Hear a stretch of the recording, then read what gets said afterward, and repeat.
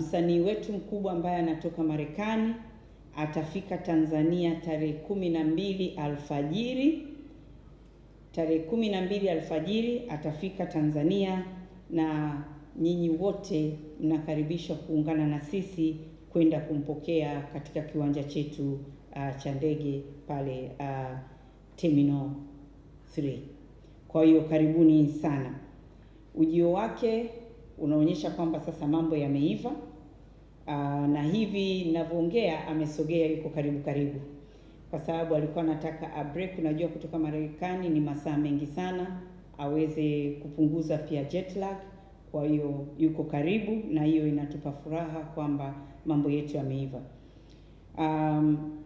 Wakati wa mapokezi yake tutaanza na zile surprises.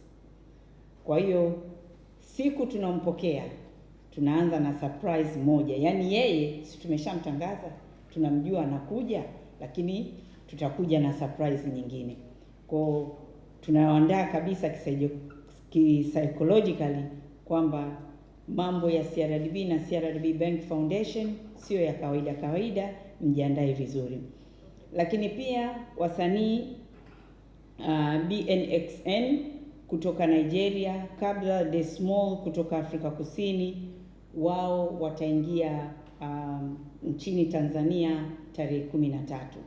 Wakati wao wanafika, sisi na yule msanii wetu wa kimataifa moja, tutapata nafasi ya kutembelea CCBRT tarehe 13, tutapata nafasi ya kutembelea JKCI tarehe hiyo 13, na jioni msanii wetu atakutana na vijana wabunifu na kula nao chakula cha jioni, ili aweze kujua kinachofanyika, kwa nini amekuja, na aliomba sana aweze kutembelea maeneo haya.